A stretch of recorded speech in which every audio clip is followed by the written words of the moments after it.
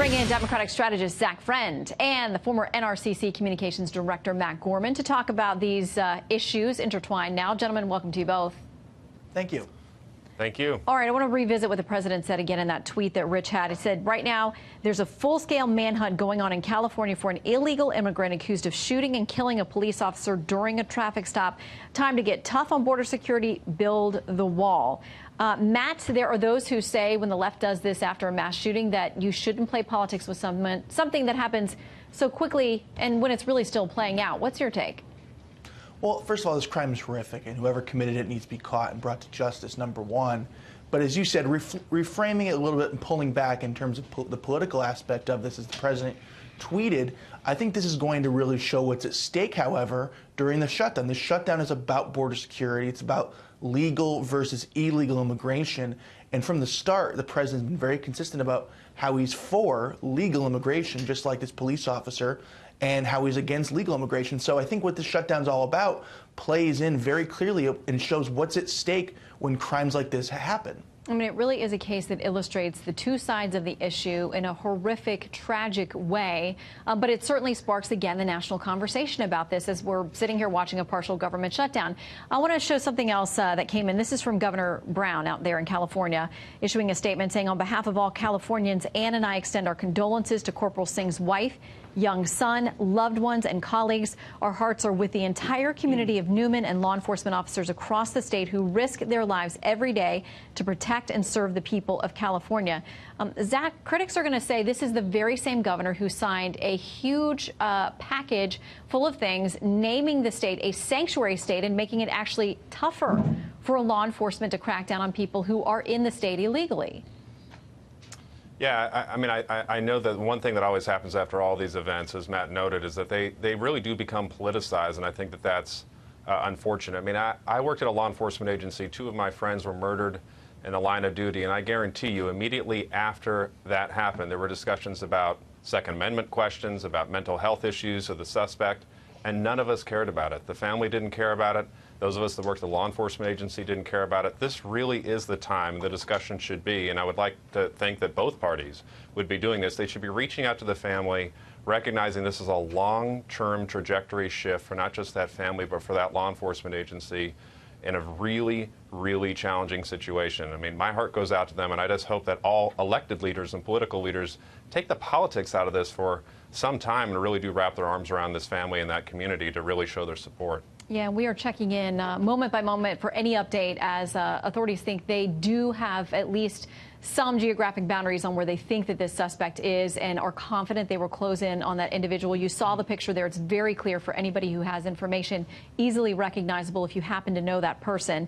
Meantime, this is all playing out against the backdrop of the shutdown as the president is here in town, the White House saying, hey, he decided to stay here and try to work on this. Democrats didn't. They left town. They went home. Democrats saying we put some things on the table. He wouldn't take them days ago. And so there was no reason for us to come back and negotiate because they're taking over in the House a week from today. So it's going to be a different ball game.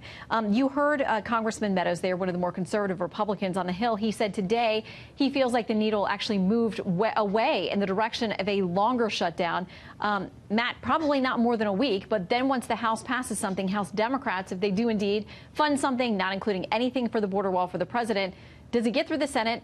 And what does the president do with it when it gets to his desk?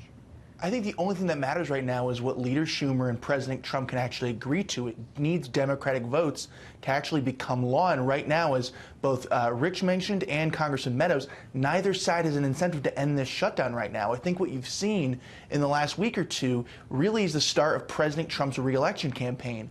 As Rich noted in the tweet, border security 2020 is going to be an issue, and the president is at his best when he has an enemy, just like he had in Hillary Clinton in 2016. He now has in Chuck Schumer and Nancy Pelosi. They'll be the enemy until a Democratic frontrunner emerges out of the primaries. It's something that he is at best at when he has an antagonist. It'll wake up his base and show a very, very clear contrast of what's at stake in 2020.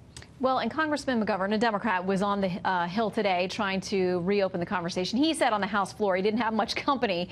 That was not moving forward. But here's what he also said about the fact that he thought they had a deal. At least he says they did until the president got involved. We ought to work at it until we get to an agreement where a majority say yes. And I think we had that until the president, went off his meds, and who the hell knows what happened. Zach, you know, as Matt said, the president loves having someone to joust with, and words like that are most certainly to get a reaction from him, I would suppose.